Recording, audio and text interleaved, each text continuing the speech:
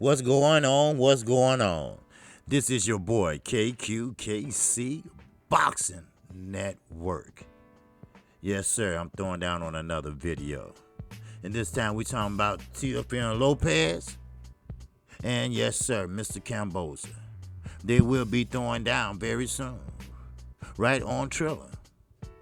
Now, Teofimo Lopez believes that Kambois is easy work. But with the stare down, they're like Kambois gonna make Teofimo Lopez Jr. easy work. But let's get into it. Now, Teofimo Sr. is gonna start cashing or writing a check his son can't cash. And let me give you an instance. Now, listen to Teofimo Lopez Sr. talk his talk. YouTubers, we're not fighting guys, that are not on top of the weight division. We're not fighting for regular titles. We're real. We're on top of the game. And my son is undisputed at 135. I don't care what anybody says. And everybody's gonna find out sooner or later.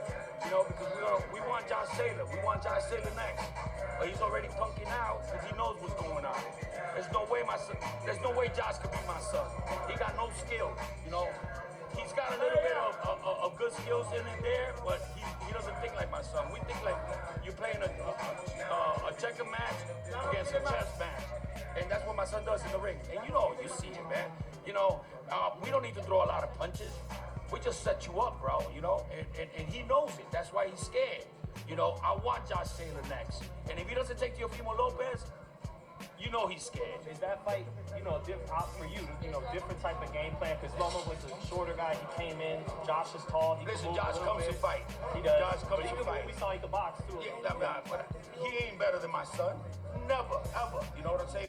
For some reason, he feels that his son is better than anybody in the world. Like I told you all, it's always somebody better. This is the sport of boxing.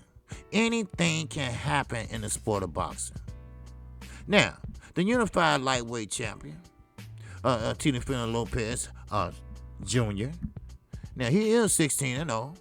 He's undefeated, and he does have 12 KOs. Now, he's one open the doors to his training camp, and that's in the Athletic Boxing Gym. That's in Las Vegas. And he let the media in. He let the media in and see him train.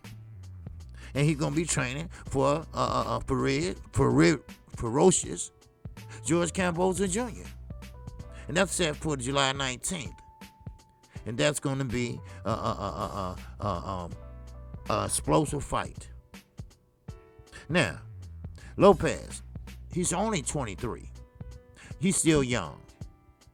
But what he have to do is, now, he's going to have to fight Devin Haney. No ifs, ands, or motherfucking buts about it. Now, I don't want to hear about no running. Don't hear about, I decide that he's a bigger draw or anything like that. Because, hey, he put it out there. He didn't want to say, hey, I don't want to hear nothing about you have to fight your mandatory and shit like that. See, sometimes motherfuckers like him, who have feminine tendencies. I mean, come on, let's be honest now. I told you, I'm an honest motherfucker. I ain't gonna sit up here and lie to you. Sometimes they have that switch action, I call it, right? They have that energy on Monday, but they don't carry that same energy on Tuesday, if you know what I mean. Now, I'm gonna tell you this. Now, he does hold the IBF titles. Since 2019. Now, he does have the WBA. He does have the WBO and the WBC franchise titles since defending Lomachenko. Now, the Australian Kambois has held the IBF Pan Pacific lightweight title since 2017. Now, Kambois, who is undefeated in his own right, at 19-0. 10 KOs. he became the IBF mandatory challenger after defending Lee Selby. And that's by a split decision. It is what it is, people. I mean, you can have your daddy all out in the front, talking shit, saying shit, but you are the one gonna have to step in that ring. You are the one gonna have to prove to yourself that you wasn't a one-night wonder, a one-hit wonder, a overnight sensation, or you've been fighting nothing but bums, or maybe Lomachenko's right shoulder was injured so bad that he couldn't throw.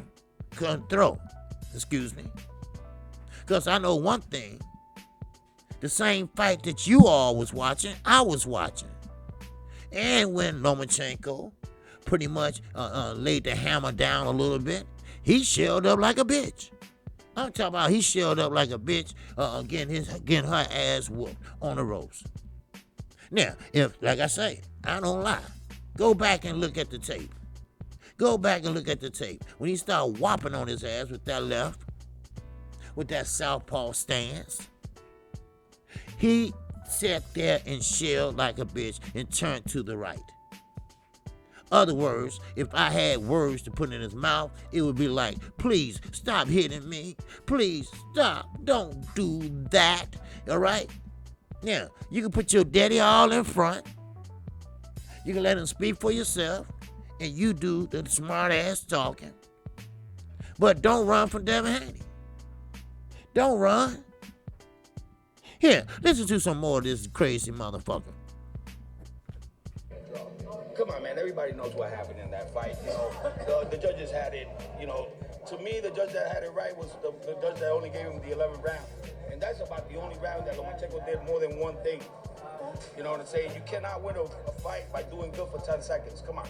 Everybody knows that. How do you get 2 million buys when even, Canelo and Manny Pacquiao, they haven't been able to The reason why is touch because that. we're bringing a big platform. This is different. You understand? We have Jennifer Lopez, we have Maluma, we have J Balvin, we have maybe Karol G, Anwar. Yeah. It's a damn circus. That's what it is. All right? Triller is a circus on motherfucking wheels. That's all it is. Now, am I mad at Triller? No. Because, see, boxing allowing this clown shit. So, it's not Triller's fault. I hate when people sit there and say, well, boxing going down the tubes and this and that. Triller only doing what boxing allow it to do. So, therefore, if your ass want to buy a ticket, you can go check out Jennifer Lopez and have a good time. Shake your ass. Or if you're a boxing fan and not a fanboy, you can go there and see a good fight and take your ass home. Then, if you're another fan of music, you can stay there and shake your ass to that one. See, they put it all together. They put it all together with a motherfucker, salt and pepper, old ass rapper called Snoop Dogg. What a commentator, huh?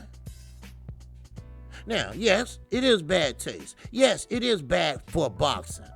But boxing is allowing it. Boxing is not following their own rules. Boxing is making a mockery out of its own self. I'm sorry, but I just have to tell it like it is.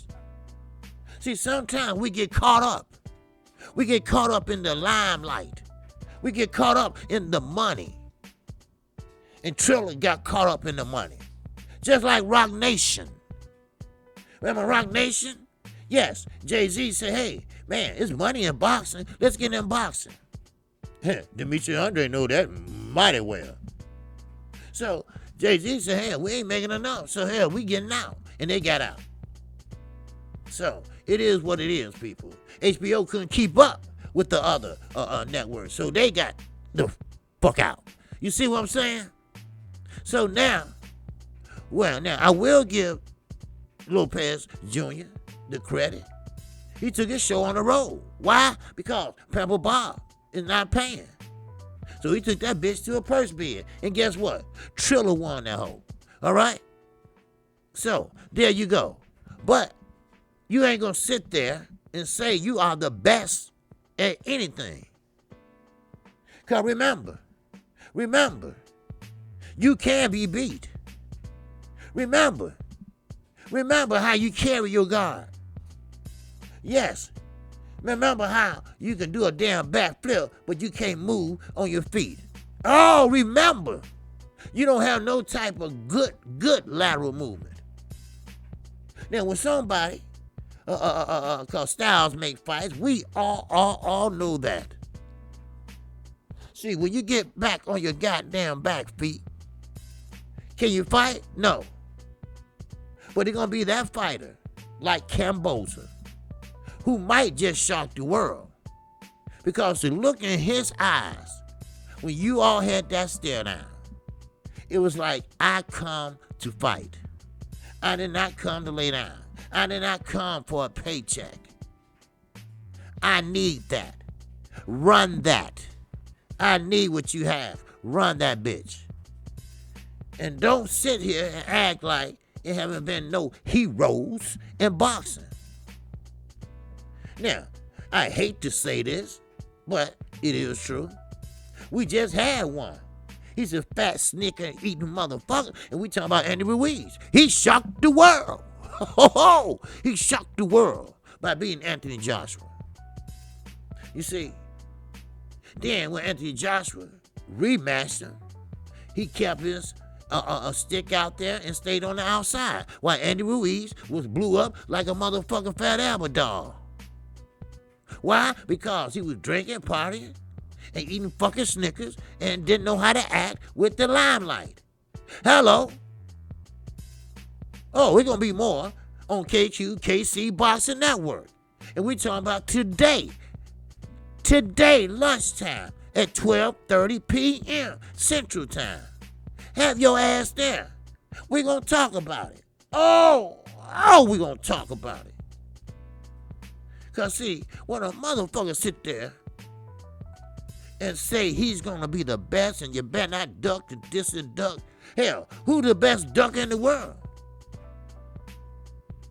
Then, on top of that, Senator Lopez said they all had a chance to send me a contract. Oh, yeah, right. Like they was waiting on your contract from you and come to find out you never sent one. See, all this line been going on this year. I pointed that out many times in my live stream. All this line.